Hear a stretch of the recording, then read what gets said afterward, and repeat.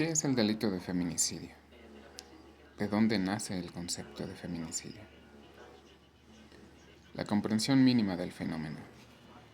Los conceptos de feminicidio, con el contenido que actualmente les reconocemos, se desarrollaron en la literatura feminista desde principios de la década de 1990, para evidenciar tres cuestiones esenciales. 1. El sustrato sexista en numerosos asesinatos de mujeres y niñas. Número 2. El androcentrismo, figuras aparentemente neutras con el homicidio. Y número 3. La responsabilidad directa e indirecta del Estado en estos fenómenos. Previo a ello, nada de eso había sido identificado. Los asesinatos violentos de mujeres contaban como un homicidio más, fueran cuales fueran las circunstancias en que se cometían y los patrones que daban lugar a ello. El término feminicidio, por tanto, se introduce para nombrar por primera vez un fenómeno que hasta entonces había sido ignorado, pero que no era novedoso, sino que había estado presente pero invisible a lo largo de la historia. Como tal, este término permite poner al descubierto el trasfondo que confiere unidad de sentido a los asesinatos de mujeres, evidenciando los motivos sexistas que están detrás de un buen número de ellos. Al mismo tiempo, hace posible identificar que existe un cierto tipo de asesinatos cometidos contra mujeres que no son meros hechos aislados, sino conductas que se inscriben en el extremo final del continuo de violencia al que está sometido este grupo. Como la condición y resultado de la subordinación y discriminación en la que persiste, debido a la forma en la que opera el orden social de género imperante. Responder a estas interrogantes, cuando menos en el sentido elemental, es un presupuesto básico del que hay que partir para avanzar en la reflexión sobre la atención judicial que deben recibir estos casos. Sin una comprensión mínima del fenómeno, será muy difícil que las operadoras y operadores jurídicos cumplan cabalmente con la obligación de investigar, procesar y sancionar estos delitos. Más complejo será aún que lo hagan con la perspectiva de género que exige nuestro orden constitucional, los estándares internacionales y la doctrina jurisprudencial de la Suprema Corte de Justicia de la Nación. Para dar respuesta a estas preguntas, es necesario partir de una idea básica: nuestra sociedad.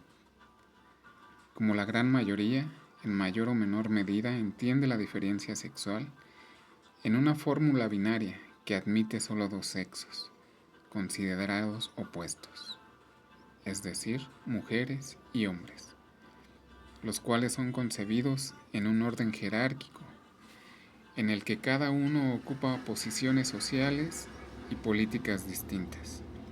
El grupo de los hombres ocupa una posición de dominación y el de las mujeres es consignado a una de subordinación. El lugar en el que se coloca cada uno de los sexos es resultado de la forma en la que se interpreta el género, es decir, de la forma diferenciada y desigual en la que culturalmente se define lo que es propio de las mujeres, la debilidad, la vulnerabilidad, el espacio privado, las labores de cuidado, etc. Y lo que es propio de los hombres, la fortaleza, la toma de decisiones, el espacio público, el liderazgo, etc. En un sistema como este, la desigualdad es profunda. La valoración que se hace de cada uno de los sexos provoca que el grupo de los hombres tenga reconocidos un conjunto de atributos y cualidades que terminan por concederle mayor poder, mayor valor y mayores ventajas frente al grupo de las mujeres. A este tipo de sociedades caracterizadas por la dominación masculina y la opresión y subordinación femenina es a las que se les denomina sociedades patriarcales. Abrimos un paréntesis. Como podemos observar, esas familias que eran dominadas de forma patriarcal, el paters familia en la antigüedad tenía el derecho sobre toda la familia, incluso de disponer de la vida de sus miembros. El que daba las órdenes, el que decía qué se hacía en todo momento y el que tomaba las decisiones era el paters familia. Hoy todas esas prácticas, pues con el derecho que han adquirido las mujeres a través de su lucha constante e histórica, pues es lo que conocemos como violencia familiar. Y pues ahí está el dato, cerramos paréntesis, seguimos con el texto. Estas relaciones de género se traducen en relaciones de poder. El poder se ejerce, por supuesto, por quién o por quienes detentan la posición de dominación. Una de las expresiones más comunes del ejercicio del poder es principalmente la violencia.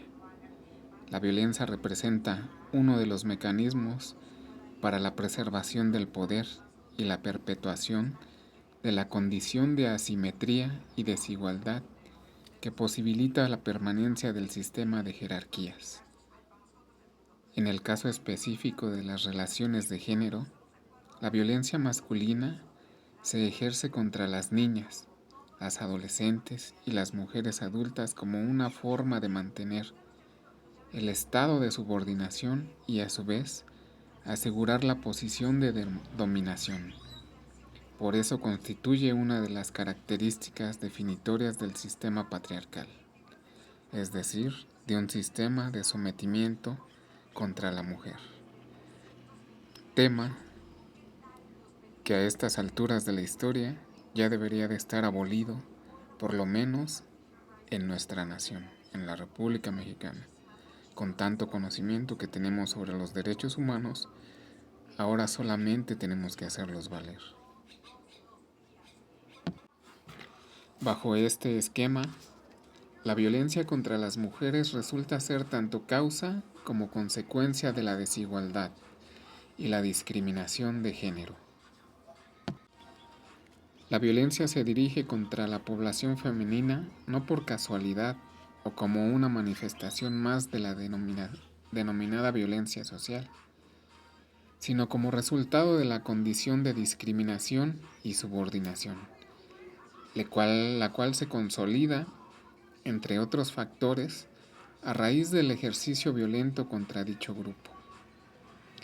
Eso explica por qué es un fenómeno presente en todas las sociedades del mundo, y no solo en aquellas que enfrentan escenarios particulares de violencia como contextos de guerra, movimientos armados o crimen organizado. A este respecto, la Suprema Corte ha sostenido que existe una estrecha relación entre violencia, discriminación y subordinación, siendo la violencia contra las mujeres una de las manifestaciones centrales de las relaciones de poder históricamente desiguales entre mujeres y hombres. La Corte Interamericana de Derechos Humanos ha reconocido que la violencia contra las mujeres, además de constituir una violación a los derechos humanos, es una ofensa a la dignidad humana y una manifestación de ese tipo de relaciones de poder, la cual trasciende todos los sectores de la sociedad, independientemente de su clase, raza o grupo étnico, nivel de ingresos, cultura, nivel educacional, edad o religión.